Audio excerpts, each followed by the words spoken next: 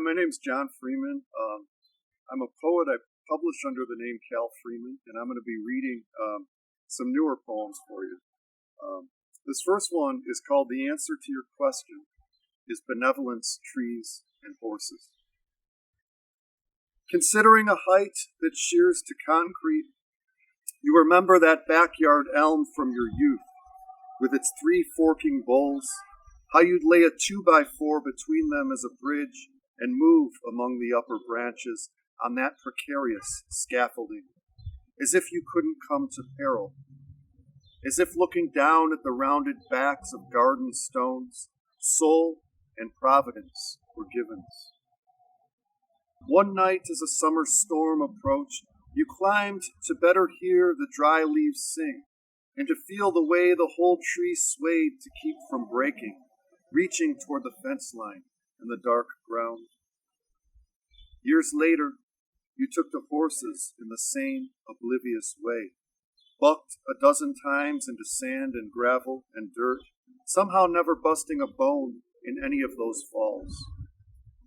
You'd read that trees speak to each other through their roots, sharing sugars, huddling against the wind, and that their peril was in being alone. They willfully give us nothing, and it might, after all, be incorrect to speak of single trees. Suckers, widow makers, but copses, stands, and forests, whole subterranean networks of roots and molds, while isolated crowns and gales still resemble the head of a panicked Arabian fleeing your white-knuckled grip and your shrill voice at a dead gallop. Ars Poetica while reading the death and life of the Great Lakes. Rising levels in Saginaw Bay this summer have ruined the wooden stairs leading from the breakwall to the beach.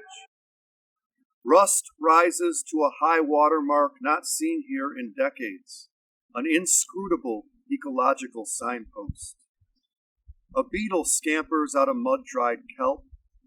A shelf of stones 30 yards out veils a precipitous drop into green depths. The stench of life is everywhere.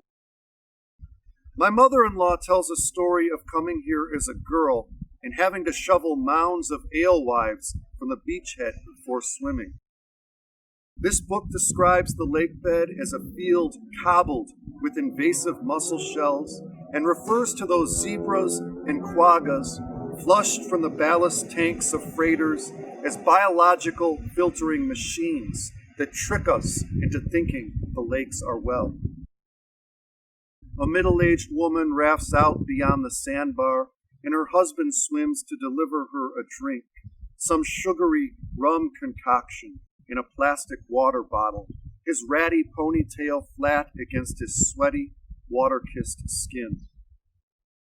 Off to the southwest, lapidary strokes of windmills mimic the bathers soaking up sun and water in their plastic rafts. Seagulls bark at each other in the foam, plucking gobies from breakwater, wounding them before dropping them in sand. Bouts of animal behavior.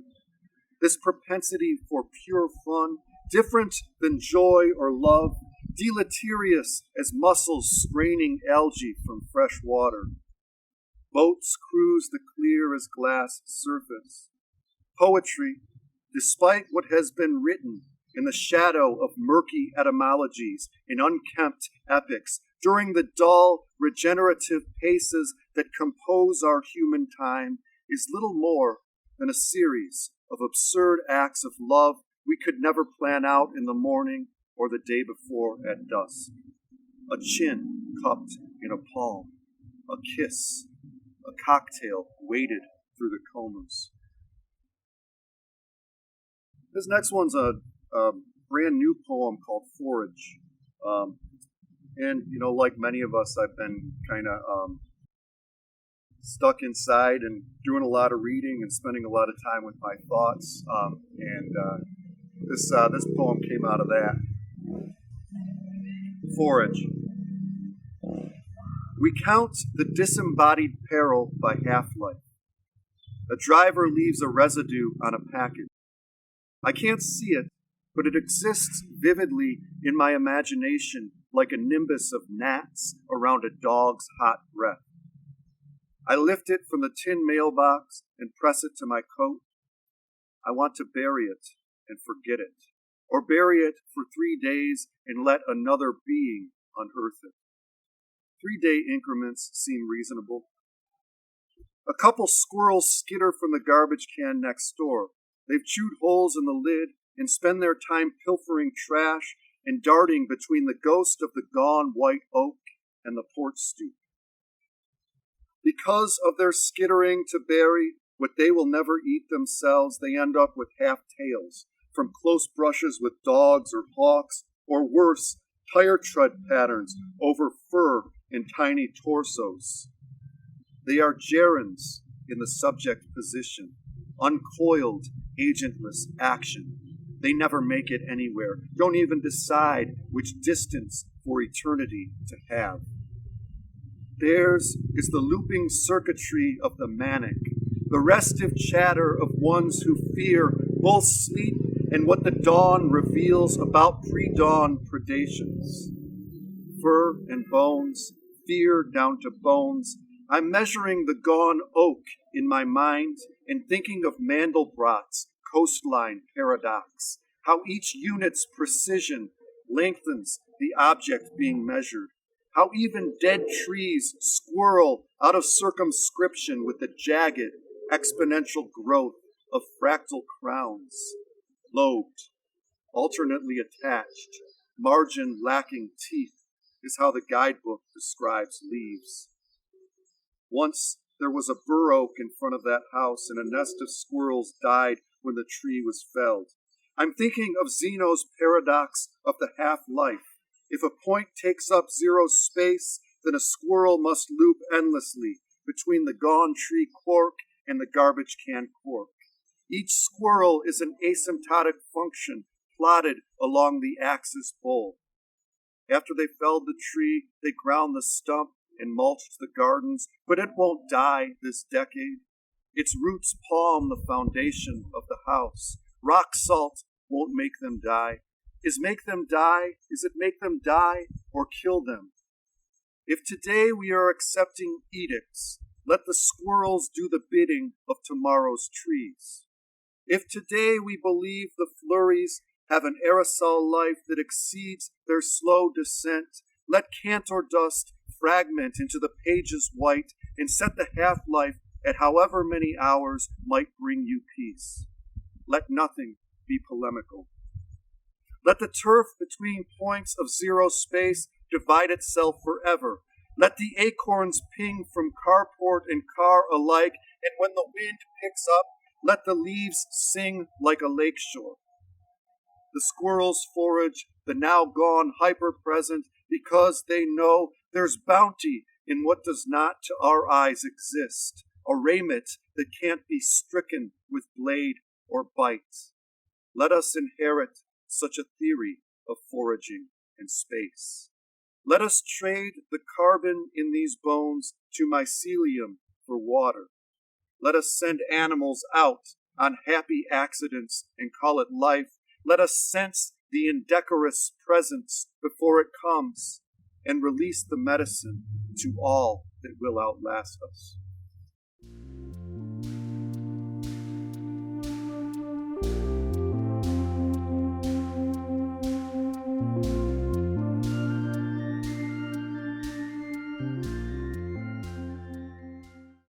My name is Sarah Miller, and I will be reading from my book, The Miracle and Tragedy of the Dionne Quintuplets. The prologue begins in November of 1943. In an empty nursery, behind 2 woven wire fences topped with barbed wire, 5 9-year-old girls waited for their father. 5 suitcases sat alongside them. 5 smiling Shirley Temple dolls were clutched in their arms. Yvonne stared out the window at the yellow brick mansion up the hill. Annette quietly seethed, pretending not to be afraid. Cecile sat in a corner, rocking her doll. Émilie prayed that it was all just a bad dream. Marie tried to tell a story, but no one laughed. At the sound of their father's footsteps in the hall, all 5 sisters hugged their Shirley Temples closer to their chests. The moment they dreaded had come. For the first time in their lives, the Dionne Quintuplets were going home.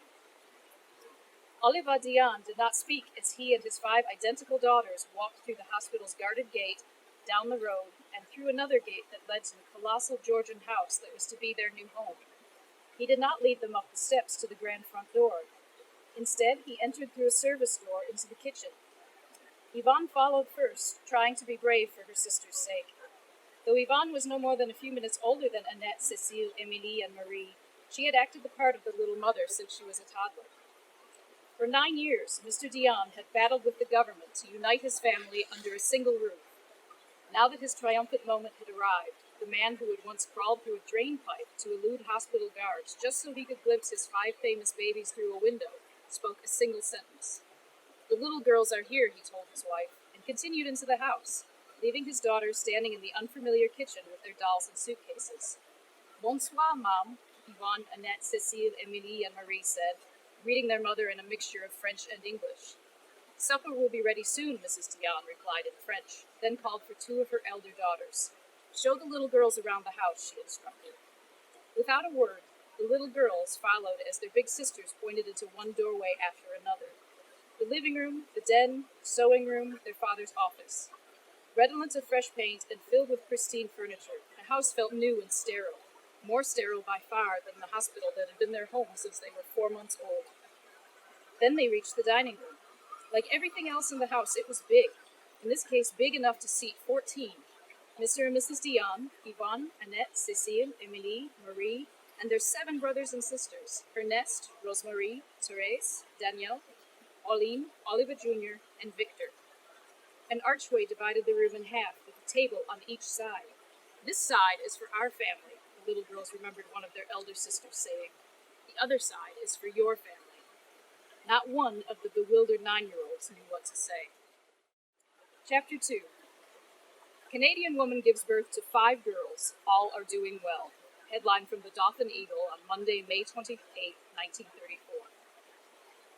News of the extraordinary birth began to spread the moment Dr. Defoe stepped from the Dionne's porch. When he spotted Oliver's brother, Léon Dionne, driving up to the barnyard to collect a load of manure for his garden, Defoe did not miss the opportunity to inform Léon that he'd just become an uncle again, 5 times over. To Léon Dionne, it seemed either a mighty joke on Oliver or else the worst kind of hard luck. Dr. Defoe was not nearly done in reveling in the astonishment. Down at the post office in Callender, he teased the postmistress, "Saw something this morning you never saw." She was used to his jokes and stories. "You're always seeing things I've never seen, Doctor," she scoffed. "No, I mean something real. I've just seen 5 babies." "Goodness me, did you have 5 cases last night?" "No, I mean 5 babies from one mother," Defoe boasted, finally taking her by surprise. "Say, that's something," she exclaimed. Some bystanders that morning claimed to remember hearing him call the Dionne babies 5 little French frogs. It was an insult. Frog was, and still is, a derogatory term for a French person, and one the Dionne family would not forgive. In the sort of happenstance that occurs only in the smallest of towns, Defoe also crossed paths with the baby's grandfather, Olivier Dionne, as he left the post office. "Did you know that you are the grandfather of 5 new babies?" the doctor asked. The old French Canadian was as thunderstruck as anyone else. The number was preposterous, the date too soon. "What do you mean, 5 baby?" "Why, Oliver's wife has just had 5 little girls. They're all still living, but I don't think they can make it." "Mon Dieu," Grandpa Dionne cried. "My God, what will my poor son do?" Defoe told a store clerk, too, who thought the doctor ought to call the newspapers. There, Defoe drew the line. It wouldn't be quite professional, he decided. Businesslike again, he went home and made the world's tersest record of the birth in his journal. Oliver Dionne, 5F. But it turned out that Uncle Léon Dionne had already snatched up the chance to tantalize the papers with his family's remarkable news when he rang up Eddie Bunyan, editor of the nearest paper, the North Bay Nugget. "How much would it cost to run a birth notice in the paper announcing the birth of 5 babies at one time?" he asked. "Would it be more than the usual fee for just one?" "You're kidding me, aren't you, Léon?" Bunyan asked. The question sounded like a joke, but the news itself, Bunyan soon discovered, was absolutely authentic. Bunyan got the details, assured Uncle Léon that there would be no charge at all, and whipped off a dispatch on the Canadian wire service. North Bay, May 28, Mrs. Oliva Dionne, residing within a few miles of Callender, 9 miles south of here, gave birth to 5 girls today. All were healthy, said Dr. A.R. Defoe, Callender attending physician. Mrs. Dionne is 24 and had previously given birth to 6 children. The story continued to whirl just as quickly through Callender, spreading by word of mouth. One 4-year-old boy came running home from school to beg his mother to get him one of the Dionne's babies. There were so many, he was afraid they might be drowned, the way folks sometimes drowned kittens when there were too many to feed. Yvette Boyce, a schoolgirl at the time, heard the news from a friend who lived near the Dionnes. We couldn't believe it. 5 babies? 1 mother? So away we went. The 2 girls trudged a mile to peep at the babies through a back window. It was fabulous. By mid-morning, a reporter and a photographer from the Nugget had arrived at the Dionne farmhouse.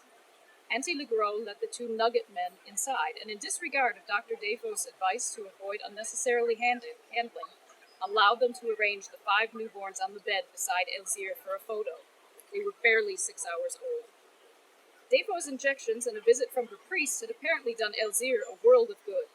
The newsmen could hardly tell she'd been on the verge of death only a few hours before.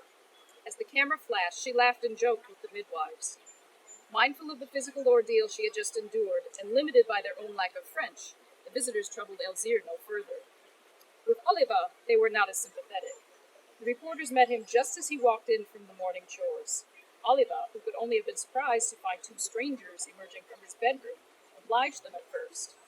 They wanted to know the baby's weights, so he found an old potato scale and helped measure his new daughters, again overriding Dr. Defoe's recommendation to leave them alone. The biggest registered 3 pounds, 4 ounces, the smallest a pound less. Together, the 5 little girls totaled 13 pounds, 6 ounces. Well, do you feel proud of yourself? The Nugget reporter wanted to know. Something about the question, or perhaps the way the man asked it, touched a nerve. It struck Oliva as just the kind of insult Elzire had feared, as though the reporter were implying there was something dirty or shameful in having more than 1 child at a time. The way you talk, people would think I ought to be put in jail, he retorted. At least that is what Oliva Dionne forever insisted he'd said. What the Nugget printed was, I'm the kind of fellow they should put in jail, introducing him to the entire world as though he were indeed ashamed of himself. The offense Oliva took from that single question and answer would taint his dealings with the media for the rest of his life. The photo the Nugget snapped of Oliva that morning was only a little more flattering. He sat, brow furrowed, and gaze fixed dazedly ahead, with Pauline in his lap, holding Danielle by the arm. Ernest, Therese, and Rosemarie looked warily over his shoulder at the camera. He had not slept all night and had not thought to shave, his children remembered. His thick, dark hair was uncombed, his eyes were tense, his lean face was gray with fatigue and concern. That was the world's first glimpse of Papa Dionne, as he came to be called in the papers. A small, disheveled man on the verge of hysteria. The very idea that this thin, nervous young farmer had it in him to father 5 children all at once struck the public as though it were a joke. As with most first impressions, it would prove difficult to shake. Unbeknownst to anyone at the Dionne farm, the 5 newborns were still very much on Dr. Defoe's mind. He had told everyone that they could not possibly live, yet almost immediately he began taking steps to assure that they might at least have a fighting chance to survive. By 9:30 that first morning, he was at the Red Cross outpost in Bonfield, 10 miles south of Callender. If those babies were going to make it, they needed a nurse, ideally one who spoke both French and English fluently. French speakers were very much in the minority in Ontario, but as luck would have it, Defoe knew a newly graduated bilingual nurse personally. Before the day was out, the Red Cross had enlisted 21-year-old Yvonne Leroux. The daughter of Callender's only taxi driver, Nurse Leroux had grown up just 2 doors down from Dr. Defoe. I'm so tired I could drop, she jotted in her daybook at 3 o'clock that afternoon in the hospital in North Bay. 2 septic and 2 lung cases. Then, added at the bottom of the page, out to country on a case. Wonder what it is. At 5 o'clock, Nurse Leroux arrived at the Callender bus station. Dr. Defoe explained the case as he drove her up the road to the Dionne farm. Doctor says quintuplets. I had never dreamed of such a word, she marveled to her diary. Do what you can, Dr. Defoe advised her. Keep them warm and keep them quiet. Feed them sterilized water drop by drop from an eyedropper. Try to keep them alive. Do your best, and I'll be with you as much as I can. To this day, I don't recall a thing about the drive to the Dionne farm. I must have been in a daze, Nurse LaRue wrote later.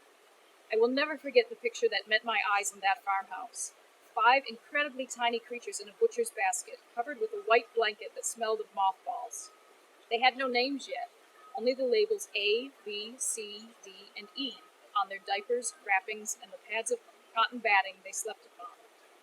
The conditions were daunting, supplies almost non-existent. No telephone, water, heat, or electricity. More than once, Nurse LaRue made note of the dingy farmhouse. No decent dishes, no screens, doors, or cleanliness. Perhaps unaware that Elzire Dionne had been too gravely unwell for the past 2 weeks to keep up with her chores. A scrawled daybook entry from Nurse LaRue's first 24 hours on the Dionne case gives a sense of the overwhelming task before her. What I have here, quintuplets and a mother. Premature, 7 months, rickety, hungry, about 3 drops filled into the top. Mosquitoes, dirt, flies, and neighbors. Nothing except above. Uh-oh. Nurse LaRue sat up all night long, feeding, warming, and reminding the babies to breathe. They were acutely sensitive to temperature. Too cold, and they went blue around the nostrils, their breaths speeding to a fearful rate, while too much heat made them flush and struggle for air. Nurse LaRue had brought her own hot water bottle, which had to be rotated among the 5 babies and constantly refilled from a pot on the wood stove. The largest seems to have difficulty holding her own, was anxious several times. Turns blue, she reported. The littlest one seems all right. She breathes, looks good, and seems satisfied just to live. The second holds her own splendidly. The next 2 were very hungry, cried more than others. Their voices were so small and weak, Nurse LaRue could hardly distinguish between the baby's cries and the whine of the mosquitoes circling her legs.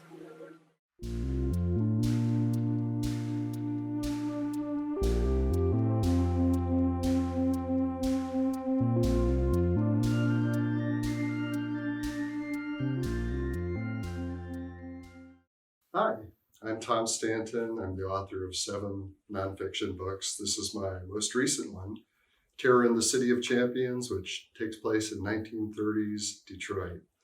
So I'm just going to share with you the first few pages, and hopefully you enjoy them. When I was a boy in the early 1970s, my aunts and uncles came to our house every December for the annual family holiday celebration. Amid clouds of cigarette smoke, the basement aglow with Christmas lights, they reminisced about their early years in Detroit. I heard of a magical time when even personal tragedies, the deaths of 2 infant sisters, the funeral of a grandfather, the slow demise of Pal Beasy, were rendered soft and sweet. Most of their stories related to family. Aunt Bernice singing in a big band, Uncle Herbie leading a pack of neighborhood toughs, Uncle Teddy taking a church parishioner's car for a joyride. My father and his brothers had been athletes, playing on sandlots, outdoor rinks, and cemetery football fields. They captivated me with their tales of the triumphant teams and heroes of their younger days. In the 1970s, only one team I followed came close to winning anything. But my dad and uncles evoked an enchanted era of nonstop triumphs. Mickey Cochran, Charlie Gehringer, Hank Greenberg, Schoolboy Rowe, Joe Louis, Dutch Clark, Normie Smith. The names danced from their youthful hearts. Within a 6-month period in 1935 and 1936, the Tigers, Red Wings, and Lions all captured titles as Detroit's own Joe Louis reigned as boxing's uncrowned champion. Detroit remains the only city to score the trifecta of a World Series, a Stanley Cup, and an NFL championship in one season. The fact that it happened during the Depression, when my grandfather was unemployed, the family risked losing its home, and the children subsisted on watery soups and bacon grease sandwiches, only added to its mystical significance. That it took place in a Detroit that was no longer recognizable made it all the more enticing. Through the eyes of a boy, it seemed a glorious time to be alive, a Little Rascals episode of endless escapades. And it was at a family gathering that I first heard of the Black Legion. Clements Maximilian Stone was the eldest of my father's 9 siblings, one of several who changed his last name from Stankevich. On a summer evening in 1936, Clem was walking near Hastings Street in Detroit's Black District with his brother Bucky and two friends. They were white, left-leaning, aspiring writers and artists in their early 20s. Their presence in jazzy Paradise Valley spoke to their progressive nature, their sense of adventure, and likely their desire to score a reefer. As they made their way down a side street, a car carrying two men slowed beside them. A white man in the driver's seat asked why they were in the neighborhood. "What's it to you?" said Bucky, feisty and fierce. "You don't belong here," the guy answered. In Uncle Clem's retelling, Bucky tensed his meaty biceps, raised his bulldog shoulders, and stepped toward the car. "Who the hell are you?" he snapped. The driver flashed a police badge. Bucky, already a veteran of several protest marches, had heard rumors of activists being abducted and killed. He didn't believe the men were actually cops. They were in street clothes and their car was unmarked.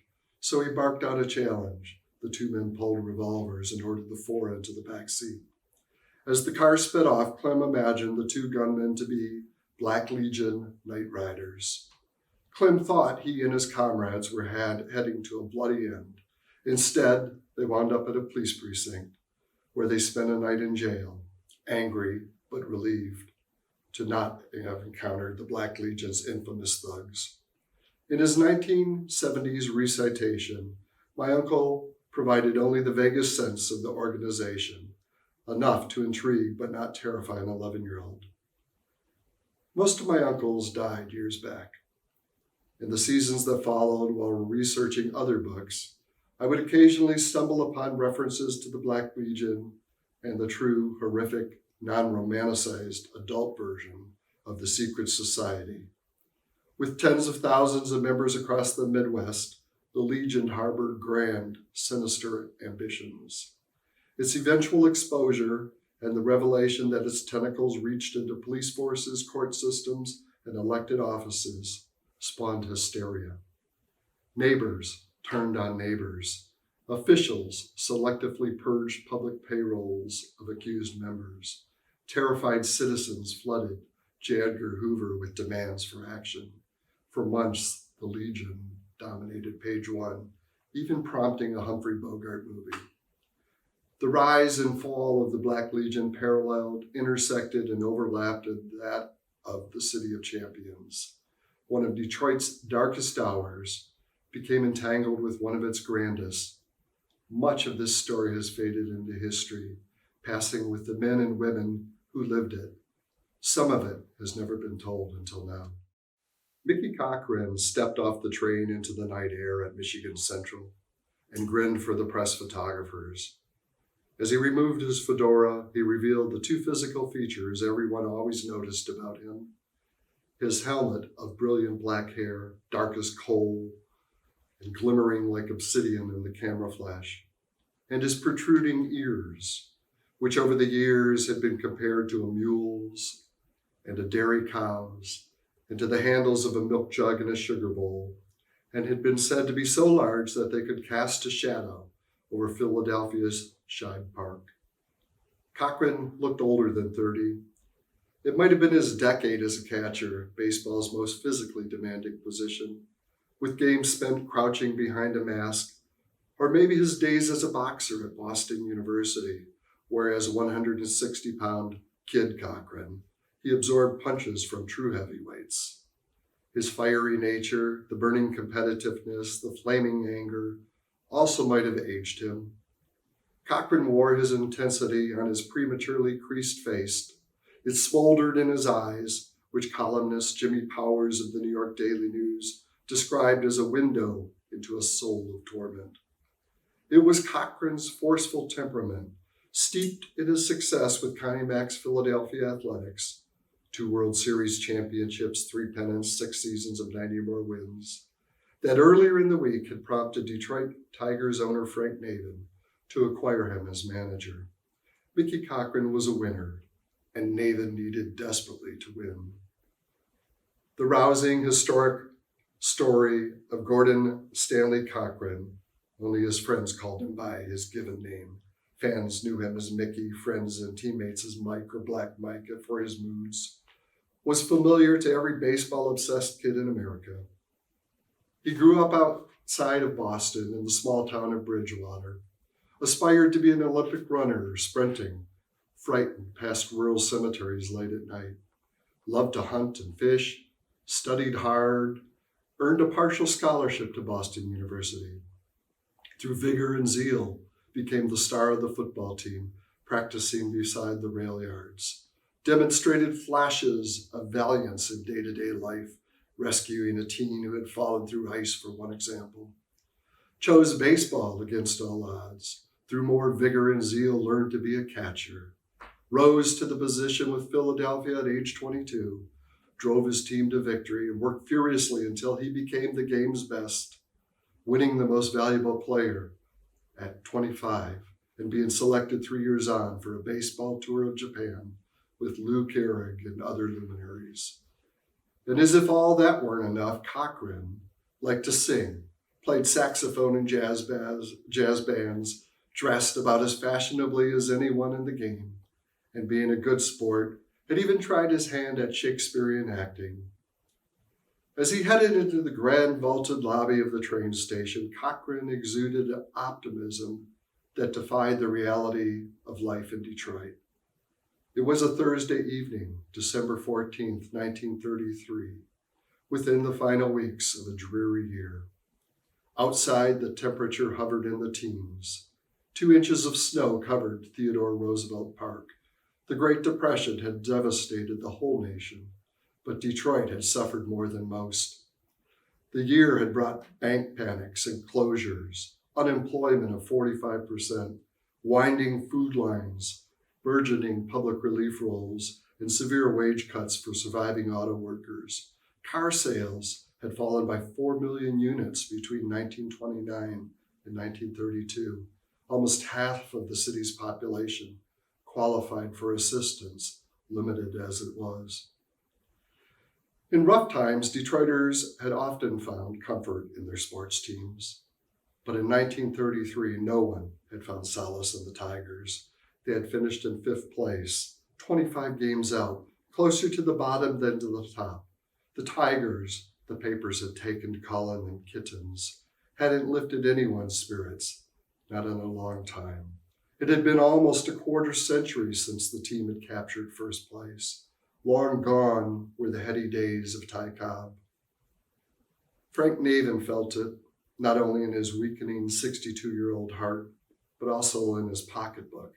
Attendance had plummeted to barely 4,000 per game, 320,000 for the year, the lowest since the war, and a steep drop from the 1 million who had come in 1924, the last time the Tigers had seriously contended. Weary of waiting for a champion, fans belittled Navin as cheap and complacent. Even longtime friend and Detroit Free Press editor Malcolm Bengay, who as a Cub reporter had covered the Tigers during their heyday, urged his old pal to produce a winner. If baseball is a sport, then Frank Navin should bestir himself to present to the public some form of competition, he wrote. It's up to Mr. Navin to show some sporting blood, take a gambler's chance, spend some money. Gambler's chance, a sly choice of words by Bing. As a young man, Frank Navin had worked taking bets for a bookie and dealing cards in a gaming house. There he learned the art of poker. He still loved to gamble.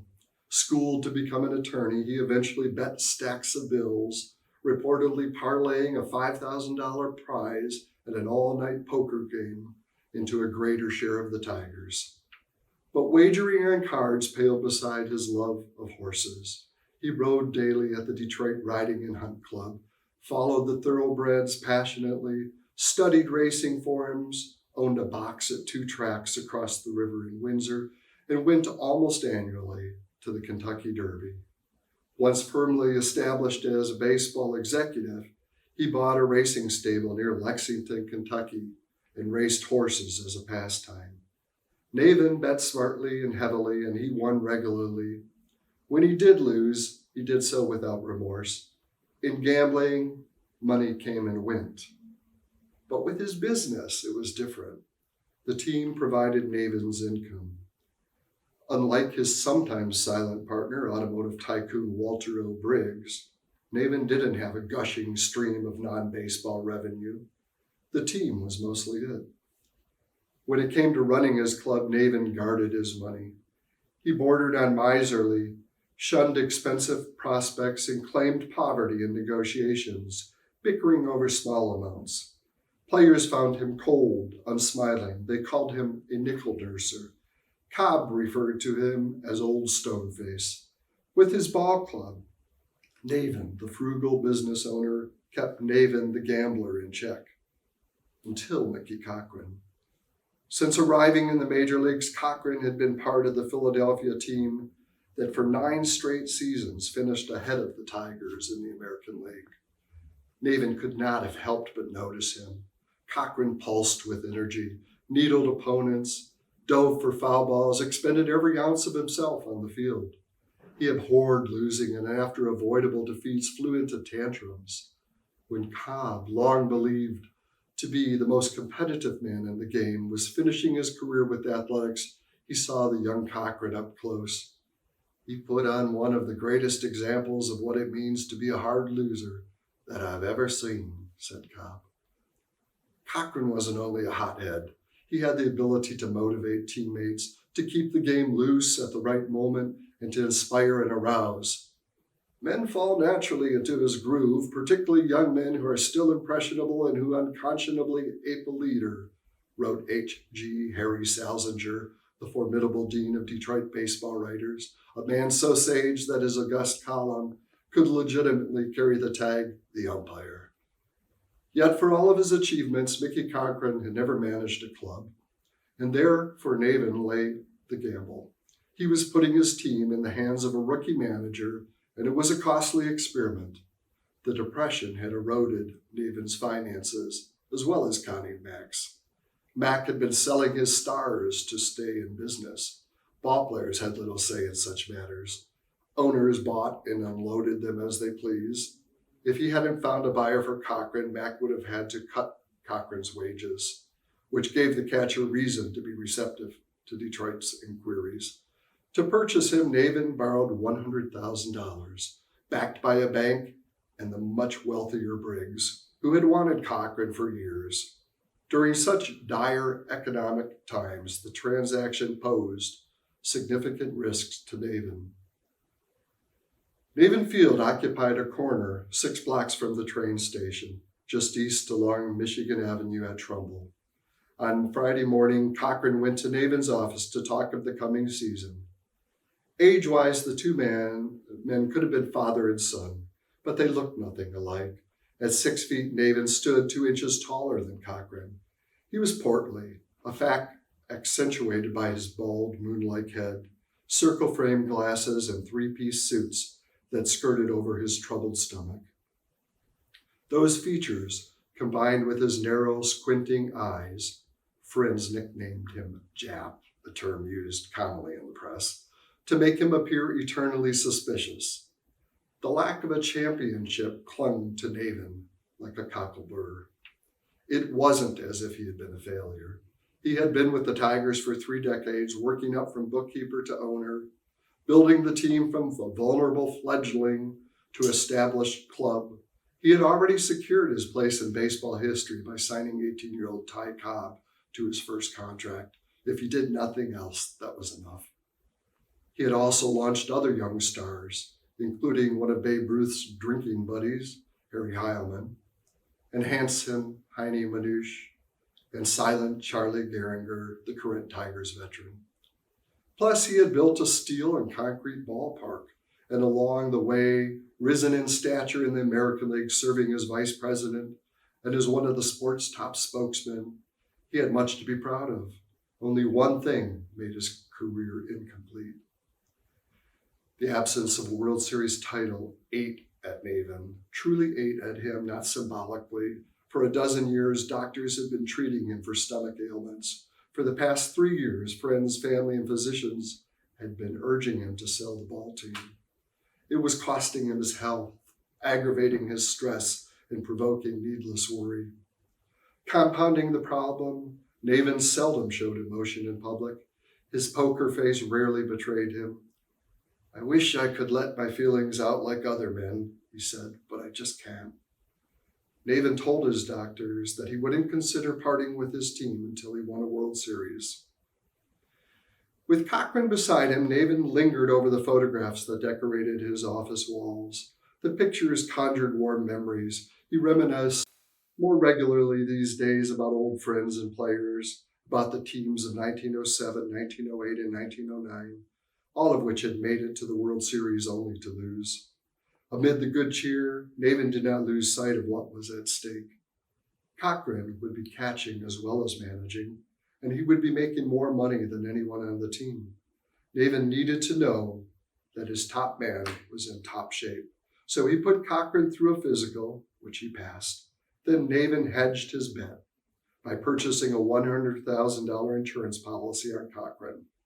"Now we can shove him off a diving board if we have a bad season," he said with a laugh.